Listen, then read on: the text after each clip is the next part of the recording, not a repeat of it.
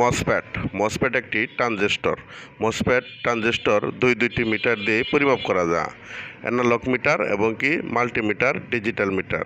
তো দেখতে পাচ্ছেন আমরা এখানে দুই ধরনের মিটার নিয়েছি, পাশাপাশি মসফেট ফেটে যা পুড়ে যা বিস্তারিত নিয়ে থাকছে আজকের ভিডিওর মাধ্যমে মসফেট কীভাবে আপনারা পরীক্ষা করবেন, মসফেট কোন টার্মিনাল কী কাজ করে বিস্তারিত নিয়ে থাকছে আজকের ভিডিওটি। তো দেখতে পাচ্ছেন বেশ কিছু মসফেট। তো মসফেটের প্রথমে আপনাদেরকে পরিচয় করে নেই। এটা হচ্ছে মসফেটের ড্রেন, এটা হচ্ছে ড্রেন টার্মিনাল, আর মাঝখানেটা হচ্ছে সোর্স টার্মিনাল, আর এই পাশেটা হচ্ছে গ্রেড টার্মিনাল, আর এটা অনেক সময় কালেক্টর বলা হয়ে থাকে। তো একটি মসফেট গুরুত্বপূর্ণ অপরিসীম ডিভাইসের ভিতরে বিভিন্নভাবে এই ধরনের মসফেটগুলো লাগানো থাকে। তো মসফেট পরীক্ষা করার সময় অবশ্যই সোর্স টার্মিনাল পজিটিভ ধরে ড্রেন এবং কি গ্রেটে আপনারা যাবেন। যদি ড্রেনে মাপ দেখা সেই মাপটা যদি পুনরায় আবার গ্রেটে দেখা তাহলে বুঝতে হবে মসফেট সমস্যা রয়েছে।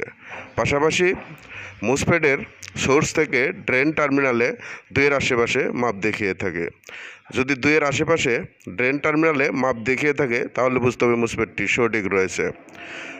যদি মসফেট ড্রেন টার্মিনাল এবং কি গ্রেড টার্মিনালে সেম মাপটি দেখিয়ে থাকে তাহলে বুঝতে হবে মসফেটটি সমস্যা রয়েছে। যদি মিটারে 0 দেখিয়ে থাকে তাহলে বুঝতে হবে মসফেটটি সমস্যা রয়েছে।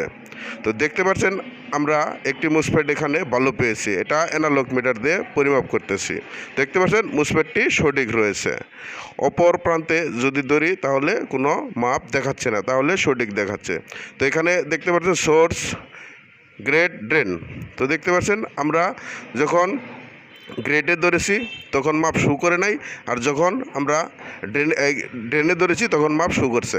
তো দেখতে পাচ্ছেন এখন আমরা আপনাদেরকে দেখাবো ডিজিটাল মিটার দিয়ে পরীক্ষা করে। তো দেখতে পাচ্ছেন পজিটিভ যখন আমরা সোর্সে দিয়েছি কোনো প্রকার মাপ দেখায় না, অর্থাৎ ডিজিটাল মিটার দিয়ে পরিমাপ করার সময় অবশ্যই আপনার পজিটিভের সাথে নেগেটিভ মিলিয়ে নিতে হবে। তো দেখতে পাচ্ছেন অর্থাৎ কালোটা উপরে সোর্স টার্মিনালে দিতে হবে। 358 দেখাচ্ছে।